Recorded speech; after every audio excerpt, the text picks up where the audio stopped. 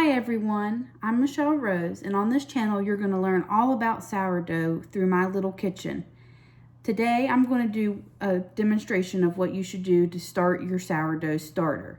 So first thing you need to do is get a glass jar or bowl. I'm using a mason jar because that's the easiest thing for me to put in my refrigerator. I made sure it was good and clean before I start my sourdough in it. I ran it through the dishwasher and I hand washed it. I have my measuring cup because we need 1 cup of flour and 1 cup of water. I have my bread mixer, and then I have my flour, and it has to be unbleached flour. So you can't use the bleached flour for sourdough. It has to be unbleached.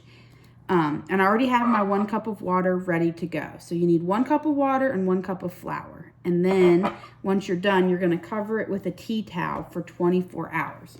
So first thing that I'm going to do is get my 1 cup of flour out.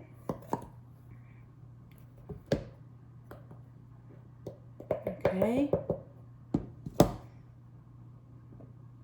So here's my 1 cup of flour. I'm going to put it in my mason jar.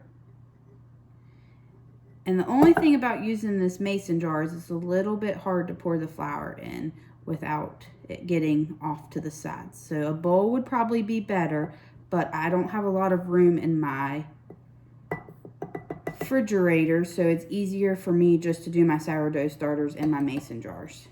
Okay, so there's my 1 cup of flour in my jar. Now I'm going to add 1 cup of warm water. So it's pretty easy to start with, 1 cup and 1 cup. And then I'm going to mix it. So I have my water in there. And now I'm going to mix it.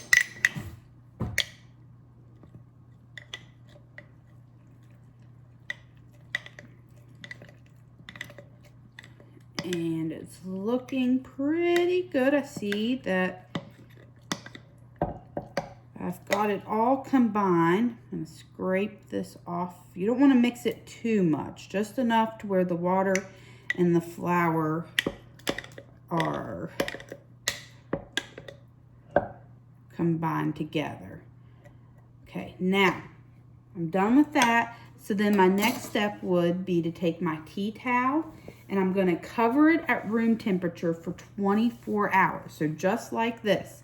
I'm putting my towel over it, and sometimes I put a rubber band over it just to make sure the towel doesn't get knocked off. But it's going to sit and wait for 24 hours, and then tomorrow at this time, I will feed the starter again with some more flour and water combined. What I have today, if you would like, is a free guide for your sourdough, and it tells you 10 beginner sourdough secrets on it. And then we have the sourdough cheat sheet, which is the daily feeding tips, baking timeline, quick troubleshooting chart. And then back here is just a little thing about my channel and my book that I have. So stay tuned, and tomorrow I will go through the steps of how to feed your sourdough starter for day 2.